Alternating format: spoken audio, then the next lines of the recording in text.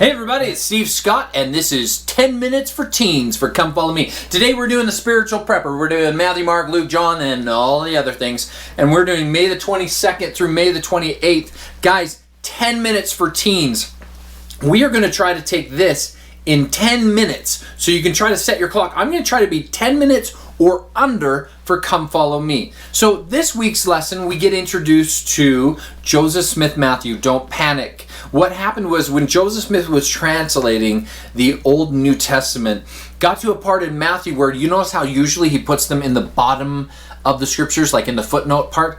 Well, Joseph Smith Matthew was big enough that it had to have its own book, but they put it at the end of the Pearl of Great Price. All right, so we're going to study Joseph Smith Matthew, and we're going to talk about the second coming of Jesus Christ today. Now, how many of you guys know preppers, like physical preppers? These guys, like, do you and your parents do it? Or do you know, like, grandmas who have, like my mother-in-law had wool socks that she could literally, like, give to a small country. That's how much she had prepared for the second coming. All right? She passed away a year ago, but we found, like, boxes and boxes of wool socks. Is that what it means to be a physical prepper? I don't know. But she had enough toilet paper in her storage room to be able to also, I think that's where the Costco shortage went for toilet paper during COVID. I'm pretty sure. Guys, when we talk about prepping, okay, being like physical second coming prepper, meaning having enough food, what would you guys have in your storage room, by the way, if you had to do physical prepping? What would be there? Would it be like pizza pockets? Would it be Pop-Tarts? Like, what would be your food? Now, in spiritual preparation, there's two things that we're going to be aware of today as we study Come Follow Me. Number one, we're going to look at the signs of the second coming. And number dos, we're going to look at the spiritual preparation required for us to be able to be, with Jesus when he comes again. So that is the signs and the spiritual preparation. So we're going to become spiritual preppers. Okay? Now, we're going to take the crazy out of it, and we're just going to become spiritual preppers.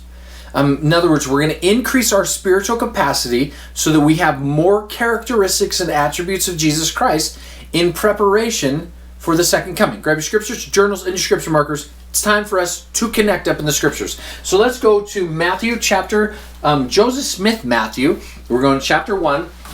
We're going to look at these verses right here. So we got all kinds of verses in Joseph Smith Matthew chapter 1. So like I said, it's in the back of the Pearl of Great Price. This is Joseph Smith Matthew. It's before Joseph Smith history. Now, here's what it says. Let's go to verse 6. All right?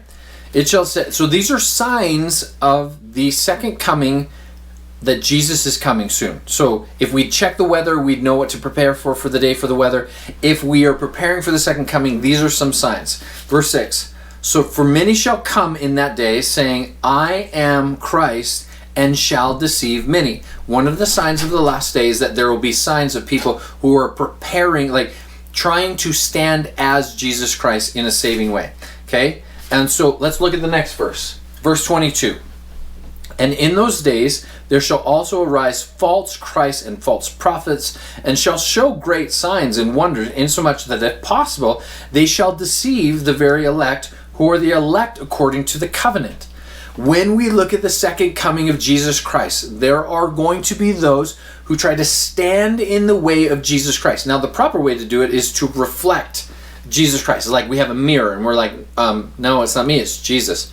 No, it's Jesus. I have people, when I meet them, they'll see me and they'll recognize me and they'll go, you're the come follow me guy. And I'm like, no, I'm not like the go follow him guy. Jesus was the come follow me guy.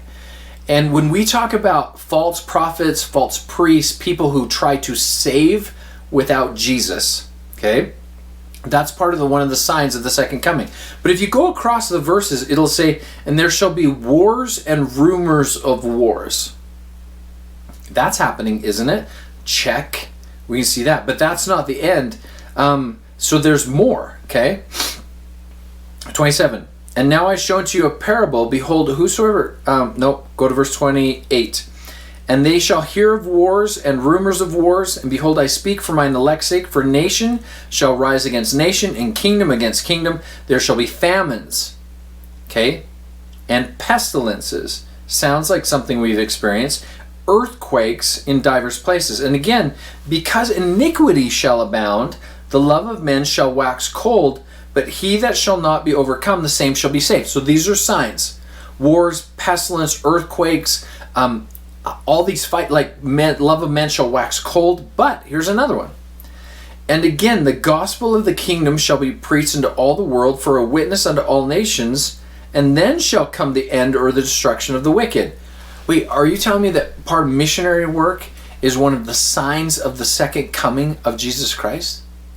What? Teenagers, as you're looking at this stuff, I want you to write in your notes, be like, what are the physical signs of the second coming?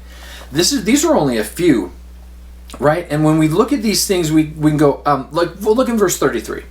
And immediately after the tribulation of those days, the sun shall be darkened, and the moon shall not give her light, and the stars shall fall from the heaven, and the powers of heaven shall be shaken. When we look at this, you might be like, oh my goodness, Steve, that sounds scary. Do you want to know what's more scary? Is not being spiritually prepared. So, my friends, it looks like we have 5 minutes to go over this part. Let's talk about spiritual preparation. In Matthew chapter 25, we get the parable of the 10 virgins. Now, how will this talk about spiritual preparation?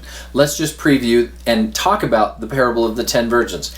In the parable of the 10 virgins, there's 5 that are wise and 5 that are foolish. What I'd like you to do is take a little evaluation. On a scale of 1 to 10, how are you spiritually? How are you doing? 10 being I'm almost ready to be translated tomorrow. I might not be here. And 0 being 0. Where are you at? In the parable of the 10 virgins, there are 5 that are foolish and 5 that are wise. What did the 5 wise ones do? They carried oil with them and had oil in their lamps already that was burning. Oil in this instance represents spiritual preparation and spiritual capacity. How do you get oil in your lamp? By doing the basics. Reading your scriptures, saying your prayers, making and keeping covenants, attending, you're keeping the Sabbath day holy. These are all things that put more drops of oil in your lamp. In the parable of the 10 virgins, the 5 foolish did not prepare with extra oil, and when the time came for the bridegroom to come, they weren't prepared. Are you prepared? So as you're looking at Come Follow Me, I want you to consider this one question. What spiritual prep or part of my prepper part do I need to work on? Is it my personal prayers? Is it my reading of the scriptures? What is it about that? Think about it, teenagers. Now, how do you know something? How do you get better at something? How do you gain confidence in something? You do it more often. And the more you do it, the more you gain confidence. Spiritual preparation requires one thing at a time. Daily. What's better? To work out one day for 8 hours and then not work out for another 10 days? Or is it better to work out 30 to 45 minutes every day, except for Sunday, and to be able to just constantly be that process happen? You can see that it's the process. In the parable of the talents, it was the similar thing. It's are you taking those spiritual talents that God has given you and growing them? Or are you burying them in the ground?